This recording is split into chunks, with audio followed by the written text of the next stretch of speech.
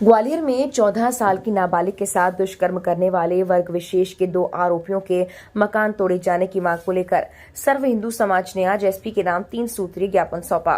इस ज्ञापन में बच्चियों और उनके परिवार वालों के साथ पिछले दिनों शहर में हुई कुछ अन्य घिनौनी और आपत्तिजनक घटनाओं का जिक्र है। इनमें फरार आरोपी पर इनाम बढ़ाया जाकर गिरफ्तार किए जाने और एफआईआर दर्ज करने में कोताही बरतने वाले आरोपी पुलिसकर्मियों के खिलाफ सख्त विभागीय कार्रवाई किए जाने की मांग शामिल है। वहीं ग्वालियर प्रभारी एसपी ने ज्ञापन देने वालों को संदिग्ध मामलों की जांच कराए जाने और फरार आरोपी पर कड़ी कार्रवाई करने का अतिशीघ्र आश्वासन दिया है। सर्व हिंदू समाज ने एमपी के ग्वालियर में वर्ग विशेष के आरोपियों द्वारा कथित की गई घिनौनी वारदातों के खिलाफ मोर्चा खोल दिया है। गुस्साए हिंदू समाज के पदाधिकारी शुक्रवार को सिटी सेंटर स्थित एसपी ऑफिस में इकट्ठा हुए। एसपी ग्वालियर के नाम प्रभारी एसपी राकेश कुमार सागर को ज्ञापन दिया।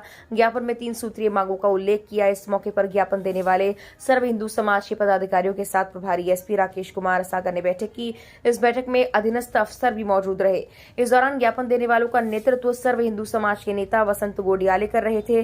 ज्ञापन में जिन 3 प्रमुख मांगों का उल्लेख था उनमें महाराजपुर थाना क्षेत्र में नाबालिग के साथ हुए दुष्कर्म के आरोपियों के मकान तोड़े जाने का, जनंगश थाना क्षेत्र में युवती से छेड़छाड़ का विरोध कर रहे पिता और भाई के साथ मारपीट किए जाने वाले फरार आरोपी पर इनाम बढ़ाया जाकर गिरफ्तार करने और माधोगंज थाने में पदस्थ 2 पुलिसकर्मियों को एक मामले में एफआईआर दर्ज किए जाने में कोताही बरतने पर बर्खास्त किए जाने की मांग शामिल है। वहीं ज्ञापन लेने के बाद प्रभारी एसपी राकेश कुमार सागर ने सर्व हिंदू समाज के पदाधिकारियों को जांच के बाद विधि संगत कार्रवाई किए जाने का आश्वासन दिया। आज हिंदूवादी आज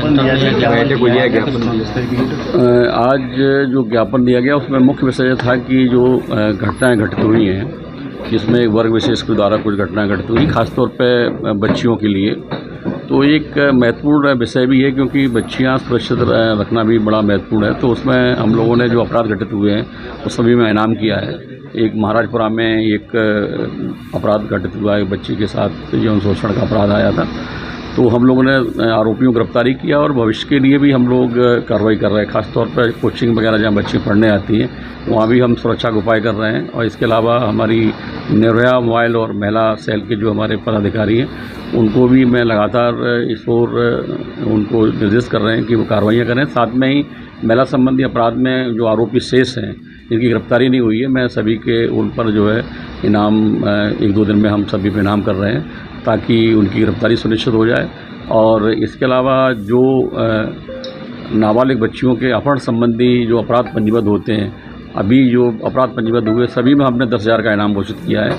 और जो अपराध लंबित हैं जिनमें आरोपी की गिरफ्तारी नहीं हुई उन पर भी हम जो है अतिशीघ्र ही सभी पे अपराधियों पर इनाम घोषित करेंगे ताकि उनकी गिरफ्तारी की जाए।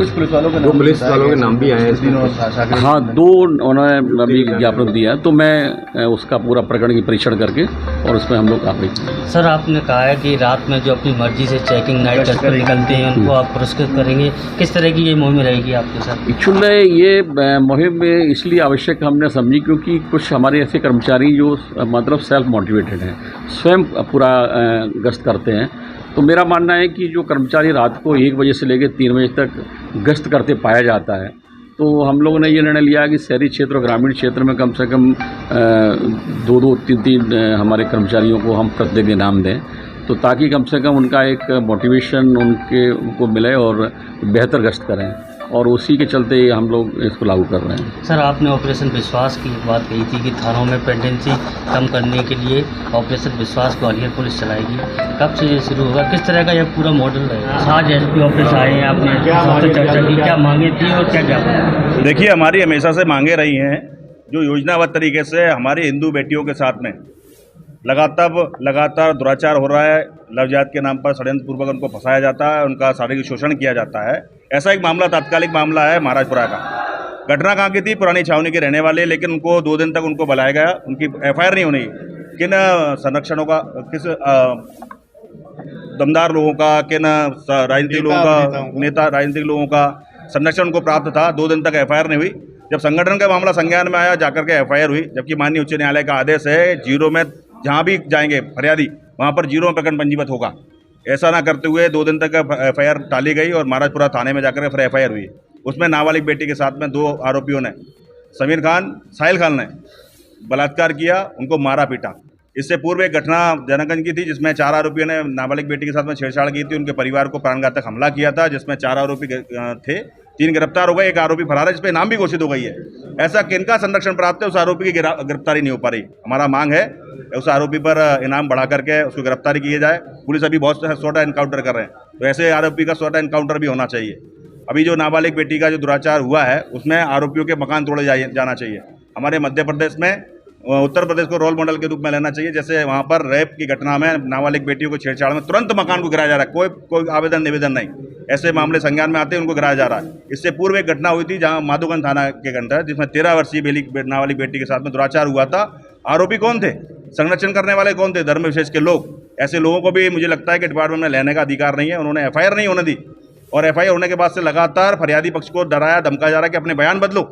ऐसे विकृत मानसिकता के लोगों को डिपार्टमेंट में रहने का भी अधिकार नहीं है और समाज में रहने का भी अधिकार नहीं है। और अभी भी साकिर अली खान, हम नाम बता रहे हैं, और नसरुद्दीन खान, उनको और इनाम दिया गया। थाना माधोगंज से हमने बातचीत की, बोले स्थानांतरण कोतवाली कर दिया गया।